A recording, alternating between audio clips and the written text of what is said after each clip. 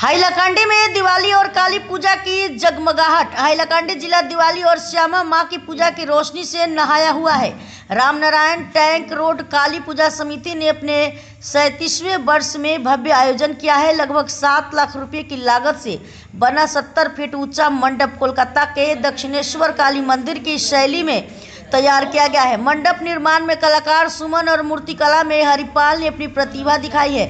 सोमवार शाम गंगा आरती के साथ पूजा की शुरुआत होगी। समिति ने सभी भक्तों को मां के दर्शन और आशीर्वाद के लिए आमंत्रित किया है। प्रथमत रामनारायण टैंक सार्वजनीन काली पूजा कमिटिर पक्ष थेके आपनादेर सबाइके शुभ दीपावलिर अग्रिम शुभेच्छा जानाচ্ছি। आमादेर साथे एखाने आছেন আমাদের রামনারায়ণ ট্যাঙ্কের সেক্রেটারি শুভদীপ ভট্টাচার্য। এবছর আমাদের 37তম পূজা হচ্ছে। এই পূজাতে আমরা থিম ভেবেছি হচ্ছে কলকাতার দক্ষিণেশ্বর টেম্পল। ঠিক আছে, এটার বাজেট হচ্ছে 7 লাখ প্লাস। এটা এই যে দক্ষিণেশ্বর টেম্পলটা ডেকোরেশন করছে আমাদের খুবই জনপ্রিয় সুমনদা বলে আমরা সবাই চিনি। প্লাস আমাদের মূর্তি যে বানাচ্ছেন উনি হচ্ছেন হরি কাকু, আমরা সবাই জানি টুল রোডের পাশেই আছেন উনি। প্লাস এটা হাইলাকান্দির।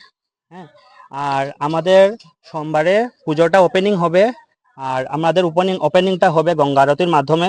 তাই আমরা সমগ্র হাইলাকান্দিবাসী তথা আসামবাসীকে আমন্ত্রণ জানাচ্ছি সোমবারে 7টার সময় যেন সবাই উপস্থিত থাকেন, সেটাকে সুন্দরভাবে ফুটিয়ে তুলতে পারেন। ধন্যবাদ।